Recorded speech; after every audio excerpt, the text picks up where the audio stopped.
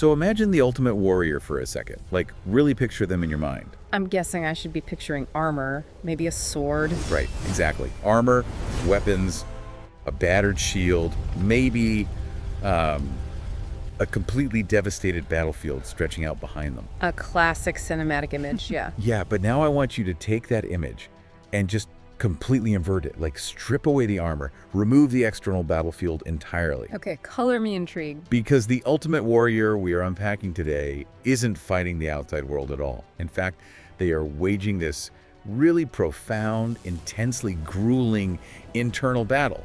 And they're doing it for one incredibly specific and kind of paradoxical reason. It is. To achieve total external harmony. Oh, wow. That completely flips the traditional script of conquest, doesn't it? Right. Because we're so conditioned to think of power as, exerting force outward, like making the world bend to your will. Exactly, the whole conqueror mindset.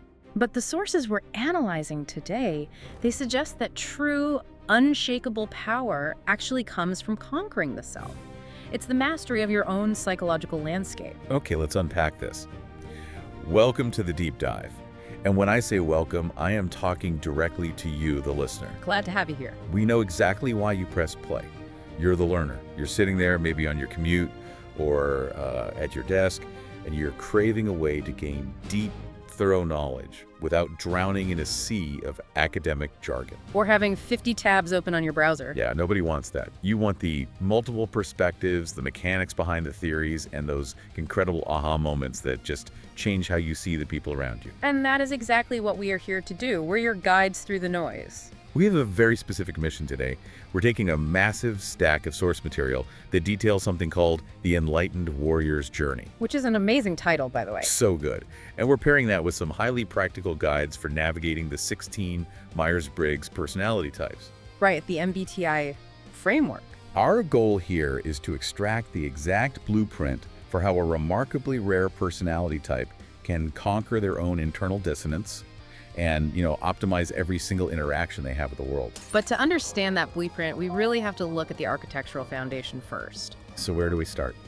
Well, the focal point of this journey is the INFJ personality type.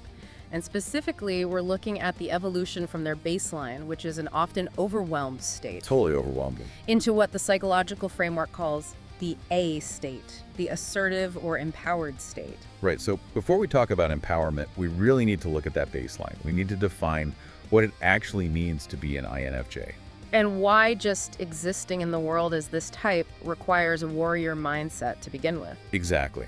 Let's break down that acronym for a second, because just throwing around letters doesn't help anyone unless we know the mechanics behind them. So we're talking about introverted, intuitive, feeling, and judging. Right, let's translate those into actual human behavior. Yeah. So introverted doesn't just mean you're shy. That's a huge misconception. Massive. It actually means your primary energy source and processing center is internal. You recharge in your own inner world. Got it. And then intuitive. This means that instead of focusing purely on what you can see, touch, and measure, like the raw sensory data, you're constantly looking for patterns. You're looking for the underlying meanings, the future possibilities. You're basically reading between the lines of reality. I love that phrasing, reading between the lines. Then you add feeling to that mix, which means your decision-making process is primarily driven by values, by harmony. It's a deep consideration for how your choices impact the people involved, rather than relying on just cold, detached logic. And finally, judging, which honestly is a terrible word for it. It really is. It sounds so negative. Right. It doesn't mean you're a judgmental person. It simply means you prefer structure, closure, and organization in your external world over leaving things open-ended and spontaneous. So when you synthesize those 4 cognitive functions, you get an incredibly unique psychological profile. And the sources immediately emphasize the sheer rarity of this baseline. Yeah, we are talking about an enigmatic group of people who make up roughly 2% of the global population. 2%. That's wild.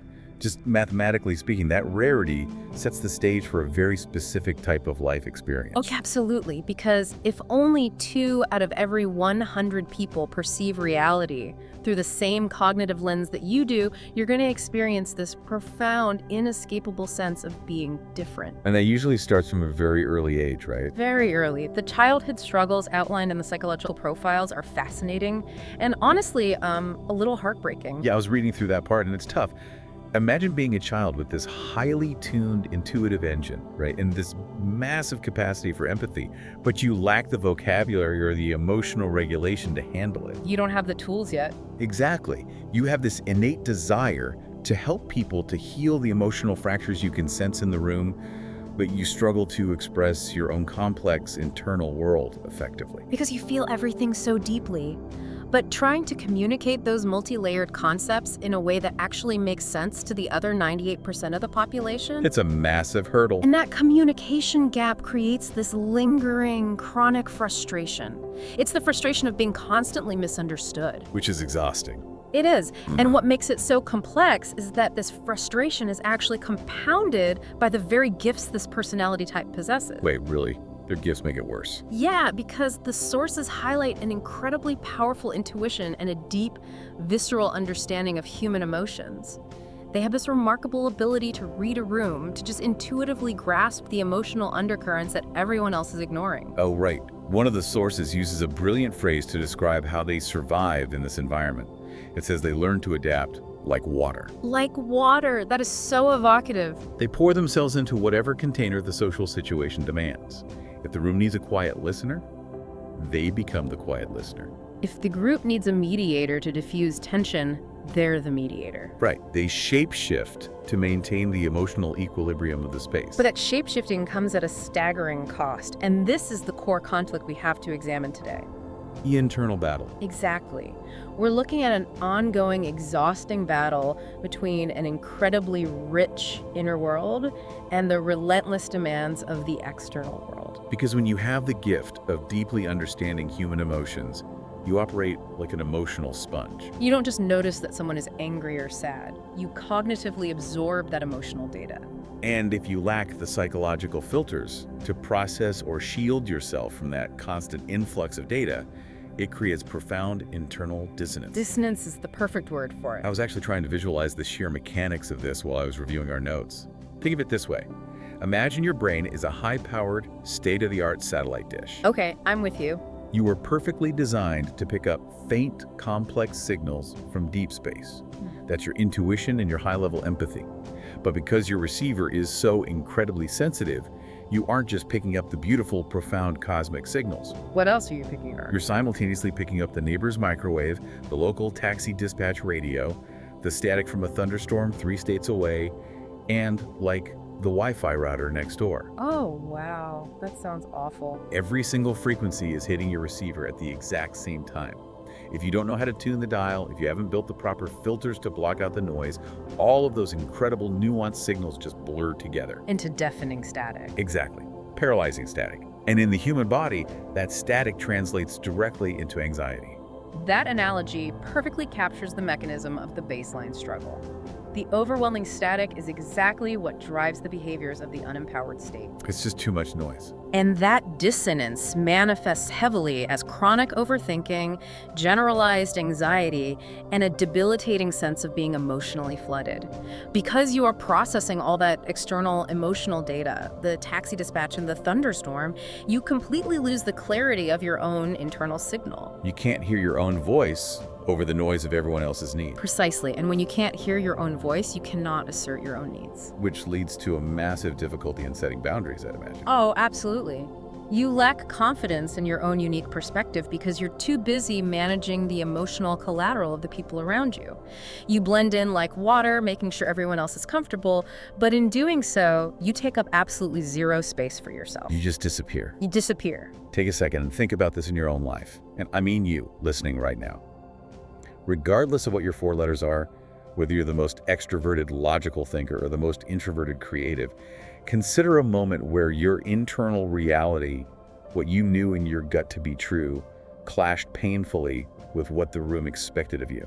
We've all been there. Think about a time you walked into a meeting, or maybe a family gathering, and felt this immense pressure to shrink, to change your shape, bite your tongue, and ignore your own instincts just to keep the peace. That exhausting, hollow tension you felt in your chest. Yeah, that is the baseline dissonance we are talking about, but magnified and experienced as a daily default setting for this personality type. But the crucial shift, the entire premise of the Enlightened Warrior concept, is understanding that this dissonance is not a permanent life sentence. Right, it's not a flaw in your hardware. No, it's a feature that hasn't been calibrated yet. The battle isn't something to run from, it's the exact training ground required for empowerment. Which brings us to the methodology of resolving it. How do you actually tune that satellite dish? How do you stop being a puddle of water shaped by whatever container you're poured into? Our sources introduce a vivid, almost cinematic metaphor for this transformation. They call it the Highlander metaphor. There could only be one. Exactly. It's a reference to the classic pop culture trope of immortals battling until a single victor remains. Great movie, by the way. Classic. But in this psychological framework, the battle is entirely inverted. You are not fighting other people. You are not trying to dominate the extroverts or outsmart the thinkers. Right, you aren't running around the office with a broadsword trying to eliminate the competition. The battleground is the self. The Highlander metaphor dictates a ruthless, uncompromising purge of all the fake, dissonant versions of yourself that you have created to survive. So getting rid of the masks. Yes. It is the systematic dismantling of the people pleaser, the chameleon, the version of you that shrinks to avoid conflict. The goal is that only the authentic, deeply compassionate, and self-assured version remains. You're warrioring against your own dissonance. Exactly. This gives us the precise definition of the Enlightened Warrior found in the material. It's a person whose explicit mission is to purge every thought, behavior, and emotional response that is not in pure alignment with love in their own genuine identity. It is a massive psychological undertaking. And to explain how an individual actually functions in society once they start this purging process, the framework introduces a secondary concept. Okay, what's that? The psychological jacket. What's fascinating here is that when a person steps into the INFJ-A behavior, the assertive, empowered state, they don't lose their ability to adapt. Oh, they don't? No. Instead of blending like water to disappear, they put on different psychological jackets to interact with different types of people. Okay, wait, here's where I have to push back a little because this sounds incredibly contradictory. How so?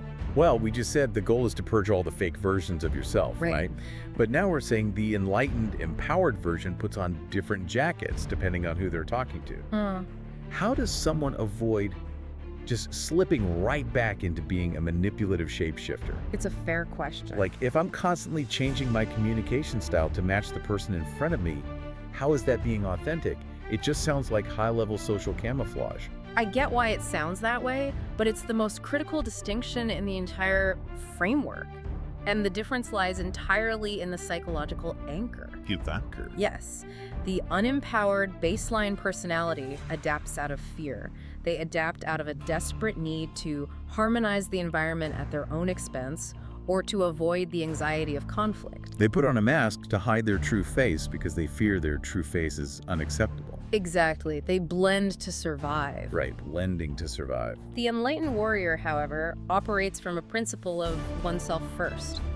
Because they have done the grueling internal work of the Highlander purge, they are deeply and securely anchored in profound self-knowledge. They know who they are. They know exactly who they are, what their values are, and what their boundaries are.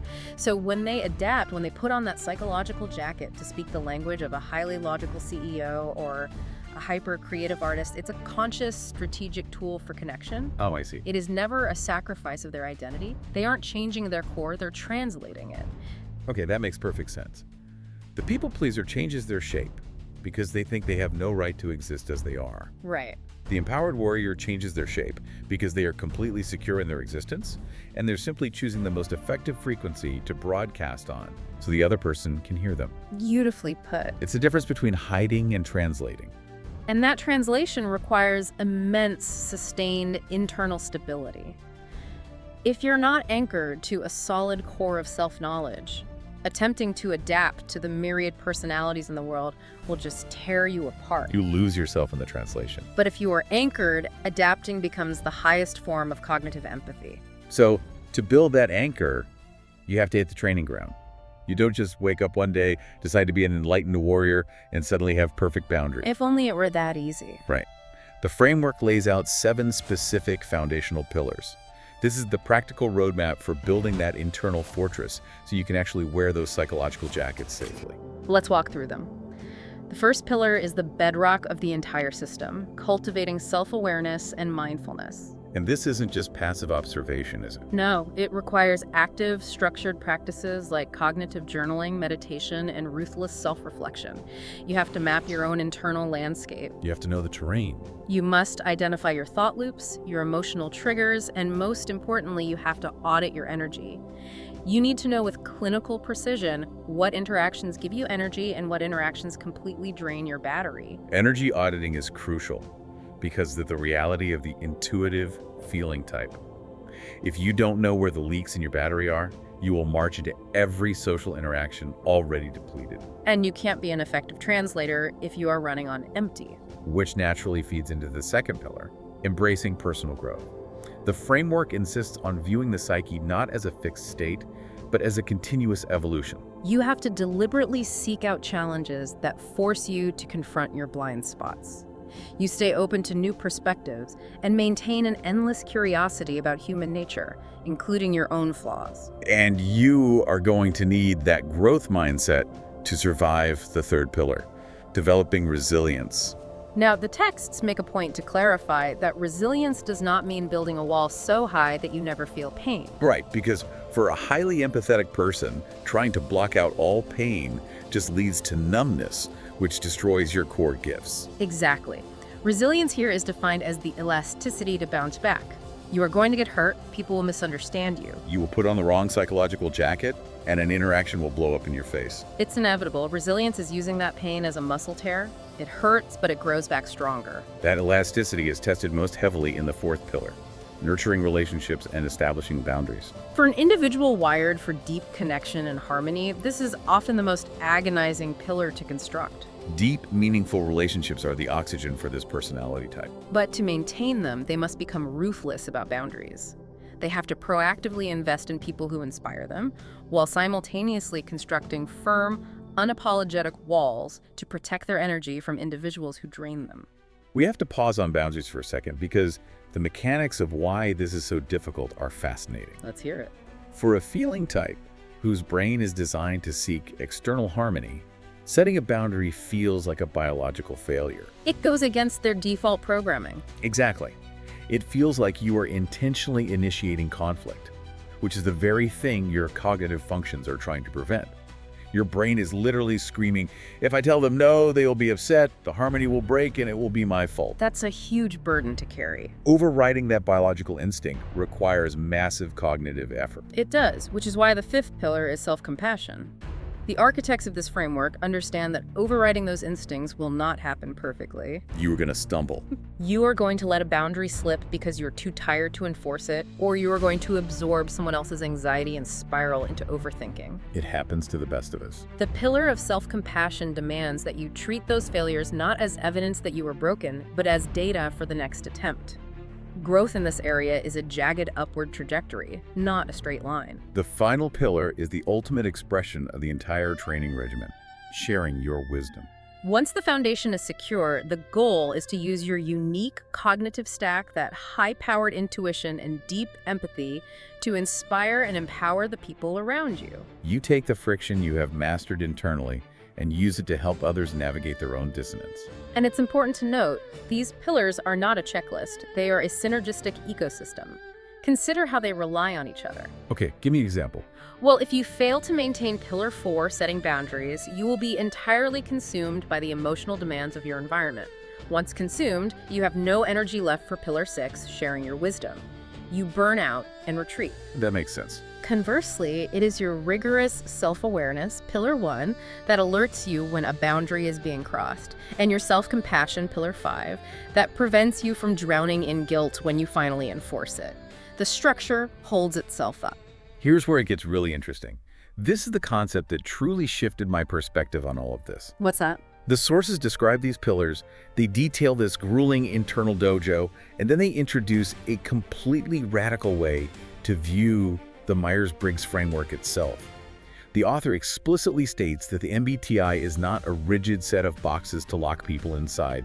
They call it an erector set for personal growth. An erector set. An erector set. It's such a great visual. It completely dismantles the pop psychology use of personality tests. It's not about taking a test to find out what label to slap on your forehead so you can excuse your bad behavior. Like, sorry I was rude, I'm an INTJ. Exactly. No more of that. An erector set provides a mechanical vocabulary. It gives you struts, gears, and bolts. It tells you the tensile strength of the materials, but it does not dictate what you must build. You look at your own personality traits, and you look at the traits of the person sitting across from you, and you realize you are just looking at different mechanical parts. Right. The texts suggest that if you combine the self-knowledge of the Enlightened Warrior with the mechanical understanding of this erector set, you can build a bridge to literally anyone. You aren't trapped by your type. You're using the types as blueprints for construction. However, the framework issues a severe warning here. There's always a catch. Always. This bridge building is only possible if the internal battle has been won first. You must do the introspection and anchor yourself before you engage. Or else what happens? If you step onto the battlefield without your armor, without your self-awareness and your boundaries intact, the diverse personalities of the world will simply dismantle you. Okay, so let's step onto that battlefield. We have the internal foundation secured. The psychological jacket is tailored and ready. We're suiting up. The ultimate test of this empowered state is actually navigating the wildly diverse, often contradictory minds that make up the other 98% of the population. And the framework dictates that the empowered INFJ must view all of these interactions through a filter of love, which sounds very poetic, but mechanically it means choosing to approach friction with strategic empathy rather than defensiveness. Let's break down the first major theater of this battlefield, navigating the abstract world. We are talking about the intuitives and the thinkers. We begin with the mirror reflection, an INFJ interacting with a fellow INFJ. You'd assume this is effortless, right? Two peas in a pod. You would, but the framework warns of a specific danger here. The advice is to practice deep listening and share insights, but the absolute mandate is boundary maintenance. Why? Because if you put two highly absorbent emotional sponges in a room together without boundaries, they're just going to wring each other out. They will endlessly absorb each other's anxieties until they create an emotional echo chamber. It is a recipe for mutual exhaustion. They have to actively choose not to merge identities. Got it. Okay, what about their extroverted cousin, the ENFJ? They share the same intuitive and feeling functions, but their primary drive is directed outward toward the group. So they're the ones organizing the potluck. Exactly. The strategic approach here is to appreciate their natural charisma and their drive to create external harmony. The INFJ can act as the quiet, insightful partner in that endeavor. Is there a friction point there? The key friction point is that the ENFJ needs external affirmation, and the INFJ must remember to explicitly vocalize their appreciation rather than just assuming the ENFJ knows how they feel. Communication is key. Then we step into the territory of the deeply individualistic dreamers, the INFPs and ENFPs. These types are driven by a fierce internal set of moral values. With the INFP, the connection's instantly forged over those shared ideals, right? But the psychological jacket the INFJ must wear here is one of extreme patience. Why? Because the INFP processes their vast emotions internally and can be fiercely guarded. The INFJ has to resist the urge to fix them and instead provide a steady, non-judgmental presence that encourages the INFP to slowly unfurl their complex inner world. Ah, I see. With the ENFP, the dynamic is explosive in a different way. The ENFP operates on boundless, spontaneous, outward-facing intuition, They're the idea generators. constantly jumping from one massive concept to the next. The crucial role the empowered INFJ plays here is providing a grounded, stabilizing anchor. They embrace the ENFP's enthusiasm, but they act as the tether, helping the ENFP connect their brilliant, scattered ideas into a coherent, actionable reality. I picture it like the string on a kite.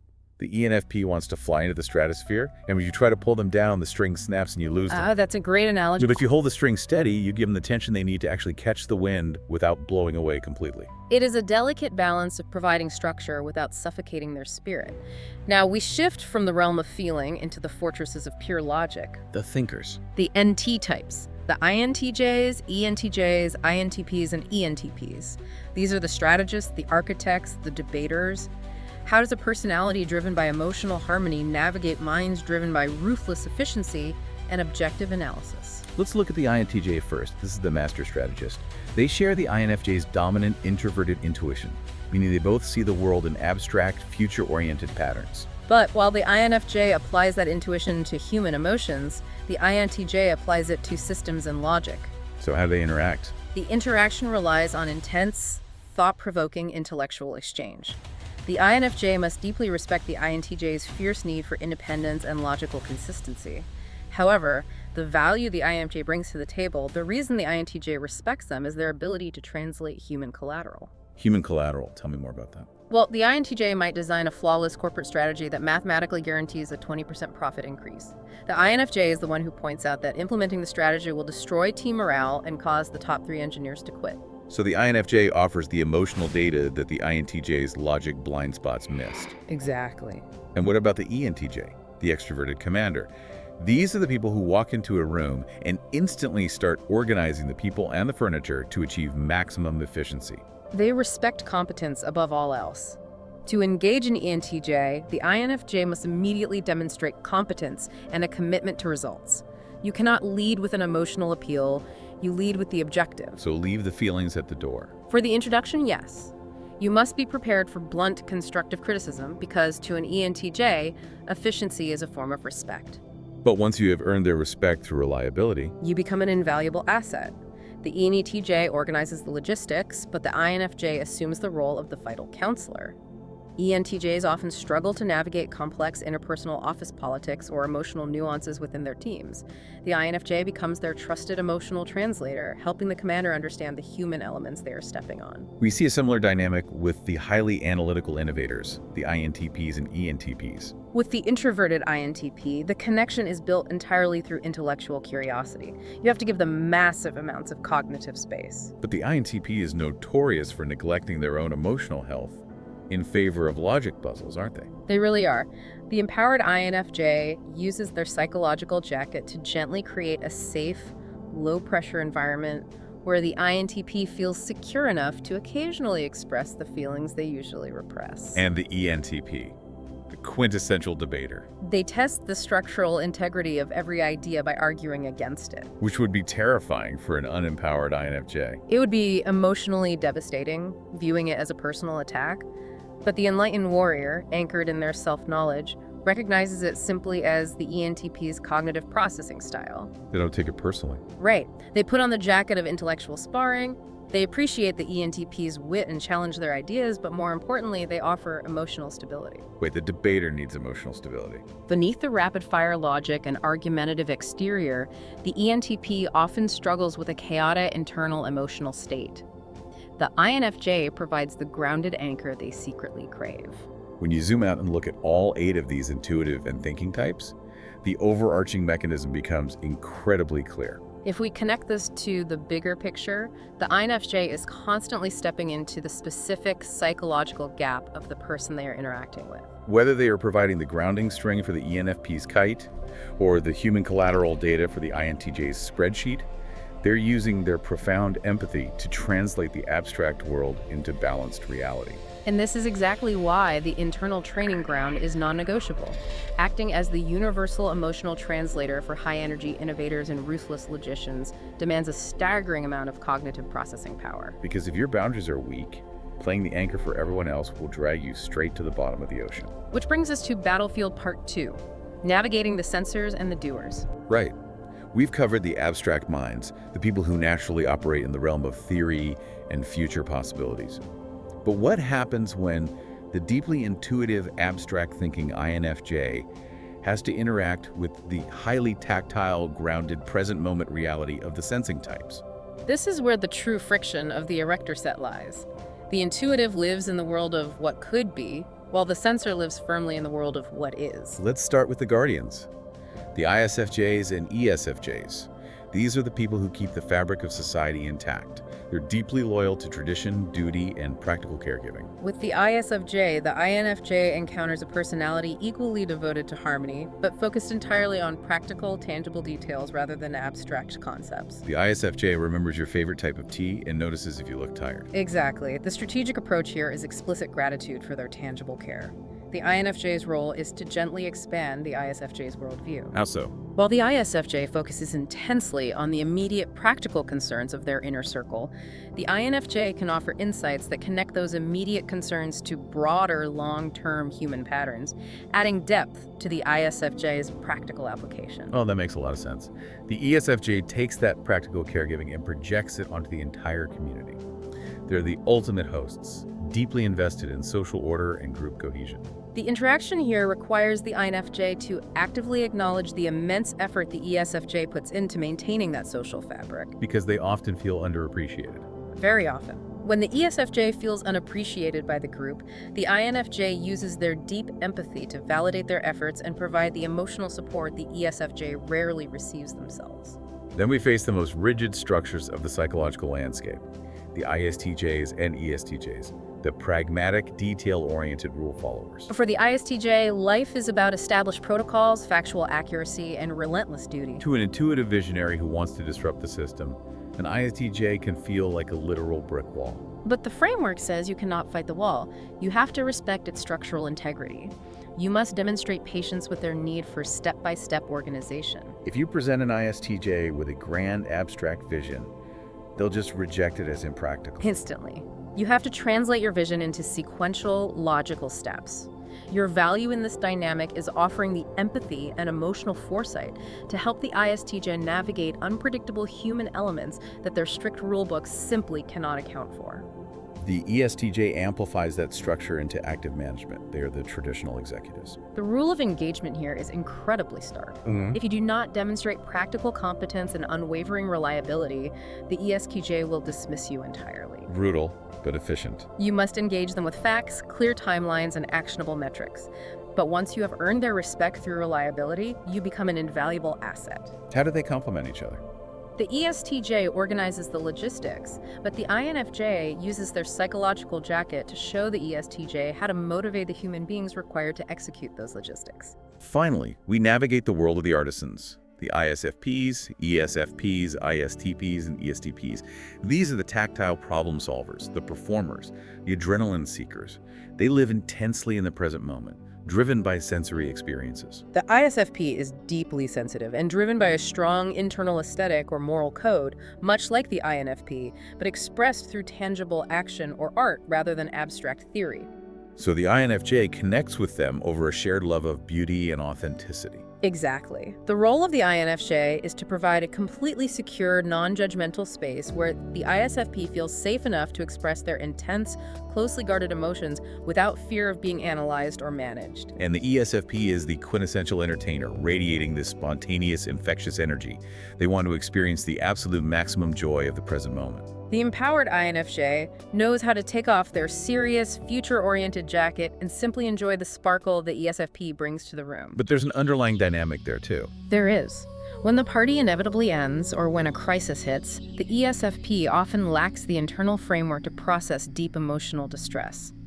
The INFJ stands ready, holding space for the substance beneath the sparkle, offering the deep, compassionate ear the ESFP desperately needs but rarely asks for. And then we have the tactile tacticians, the ISTP and ESTP. The ISTP is the quiet mechanic of the physical world. They want to understand exactly how things work, and they fiercely protect their autonomy. The INFJ must heavily respect their need for physical and mental space. The connection is built not through deep emotional probing, but through shared hands-on activities. But what about emotions? The ISTP frequently finds complex emotional dynamics baffling and exhausting.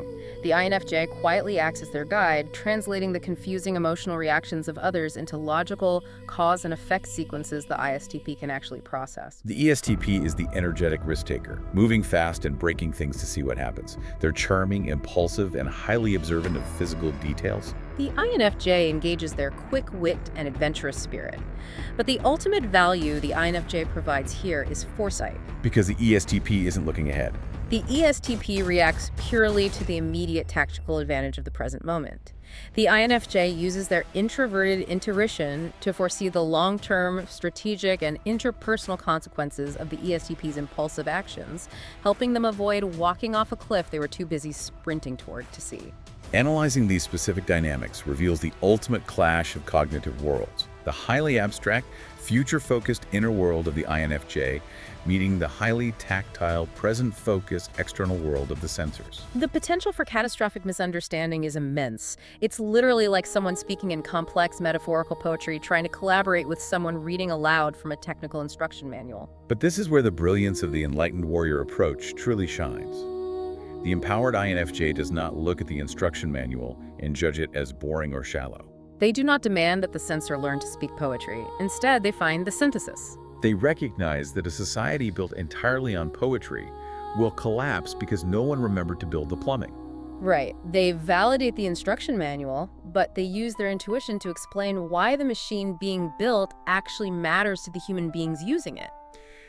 The analogy that kept hitting me as I read the notes for this section was the relationship between bricks and mortar. Oh, I like that. Unpack the mechanics of that analogy because it perfectly illustrates the concept of the psychological jacket.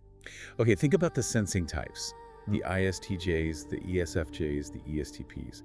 In many ways, they are the structural bricks of society.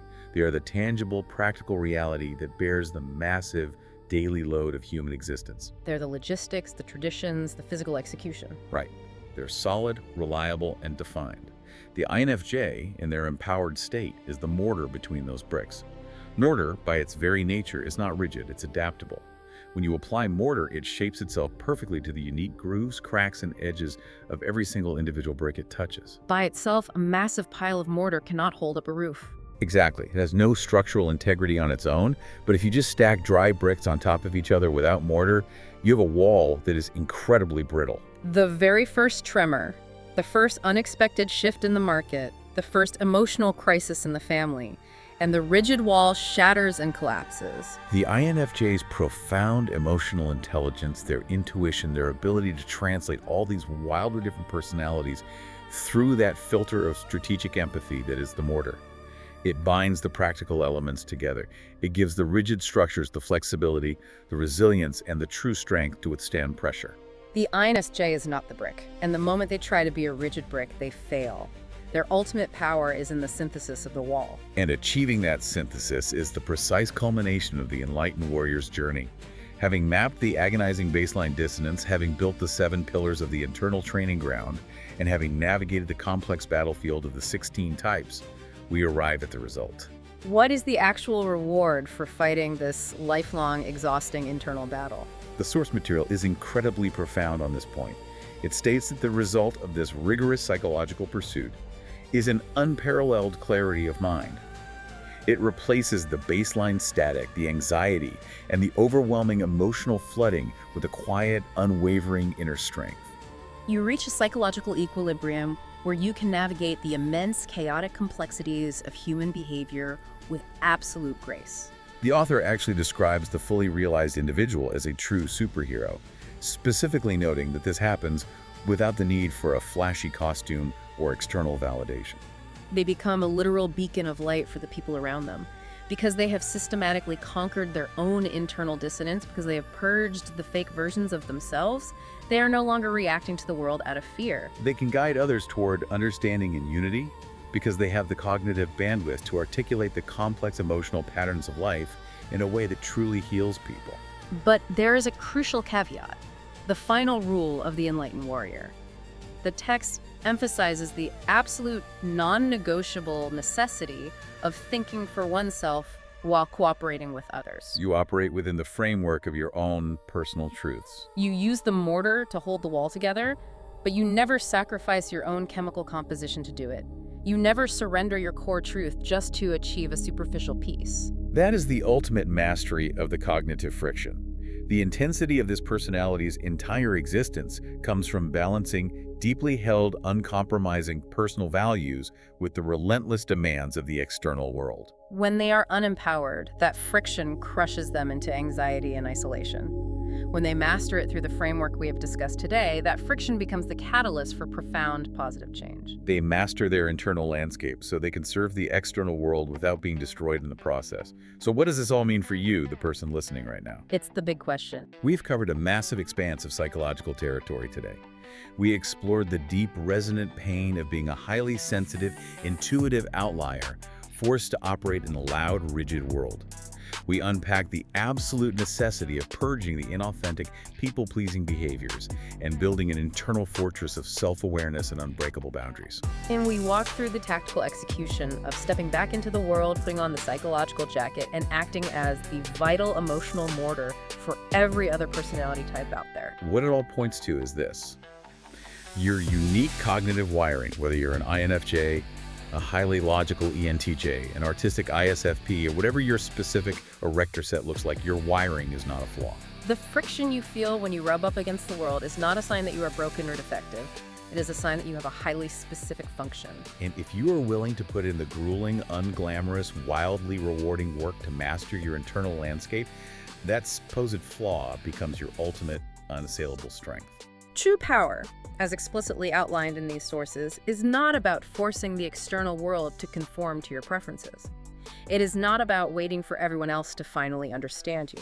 True power is understand yourself so completely, so deeply, and with such fierce compassion that you can translate your unique value to absolutely anyone you meet.